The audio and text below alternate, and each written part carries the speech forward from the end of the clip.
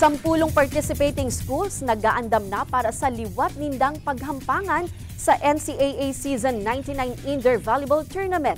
Sa indang preparasyon, si Iripunta sa report ni Rosie Nieva. Sa maabot na Domingo, maharampangan diraray sa volleyball court ang mga matitibay na student athletes para sa NCAA Season 99 Indoor Volleyball Tournament. Kaya naman, puspuso na ang preparasyon kan sampulong participating schools. Arual daw naman ang training kan mga grupo, asin para sa back-to-back champions Benilde Lady Blazers, tripit man ang piglalauman sa Season 99. Alagad ay dapat subuot maging kampante. Kuha po namin yung dalawang seasons, pero of course, kailangan pa rin po namin i-challenge yung sarili namin and maging aware pa din para sa bagong goal for this season. Actually, lahat naman po ng teams is nag-prepare for this coming season, like us din po, na we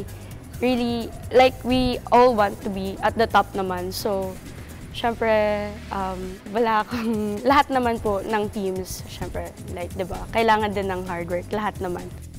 Naglalao man ang Arellano Lady Chiefs na nakuha ang three-peat kan Season 92 hasta 94 alagad ay nakalaog sa final sa Season 98 na makabawi ngunya na Season 99 dawa kadakol na baguhan sa saintang mga player.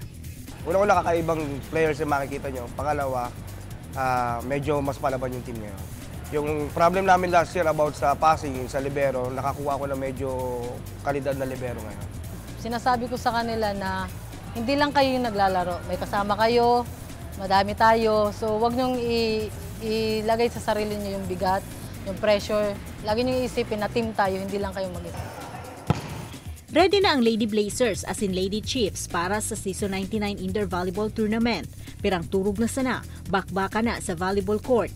Abangan ng NCAA Season 99 Indoor Volleyball Tournament sa maabot na Domingo, Abril 7, live sa GTV alas 12 ninudto. Ini si Rosie Nieva, Balitang Bicolandia.